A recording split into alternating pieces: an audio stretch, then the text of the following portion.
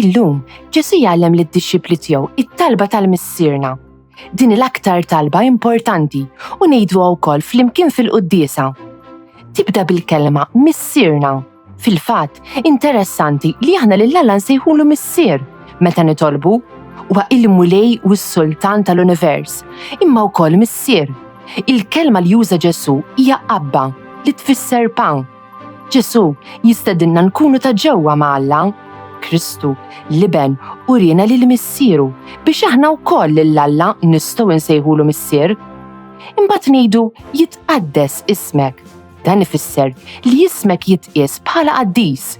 Il-ewwel ħaġa li nitolbu għax l-aktar ħaġa importanti li rridu nagħmlu. Alla għandu jiġi l-ewwel f'ħajjitna.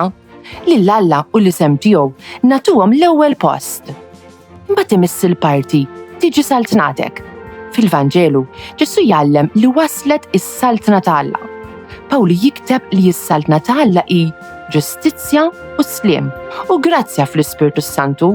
Is-saltna ta' Alla hija d-dinja li huwa jiġġustifika fejn in-nies timxi bil-imħabba u mhux bil-biża' jew il-mibeda. Id-dinja li ibnu jagħmel perfetta. Meta nitolbu ikun li tritient, niftakru li aħna msejħin ngħinu biex issir ir-rieda ta' Alla u mhux tagħna. Meta ngħidu ħobżna ta' kuljum għatina llum, il-ħobż jirreferi għall-Ewkaristija li mhix sempliċi ħobż imma l-ġisem ta' Kristu. Fl-Ewkaristija, is-saltna ta' Alla timbena fina. Għafrilna dnubietna. Li nidimbu jfisser li mmorru x'imkien fejn m'għandniex immorru jew li niksru r-regoli. Meta nidimbu, aħna niksru l-liġi ta' Alla għalina u nkunu ninfirdu minn inħabtu. Nitolbu l-maħfra biex nistgħu nirritornaw għal rubija tagħna miegħu.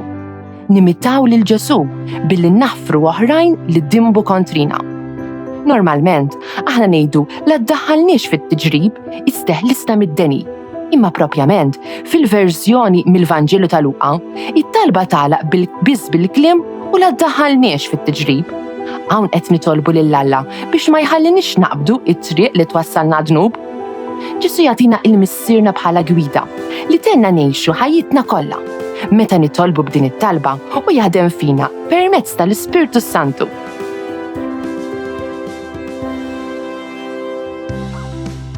This Maltese translation was produced in collaboration with the Church in Gozo.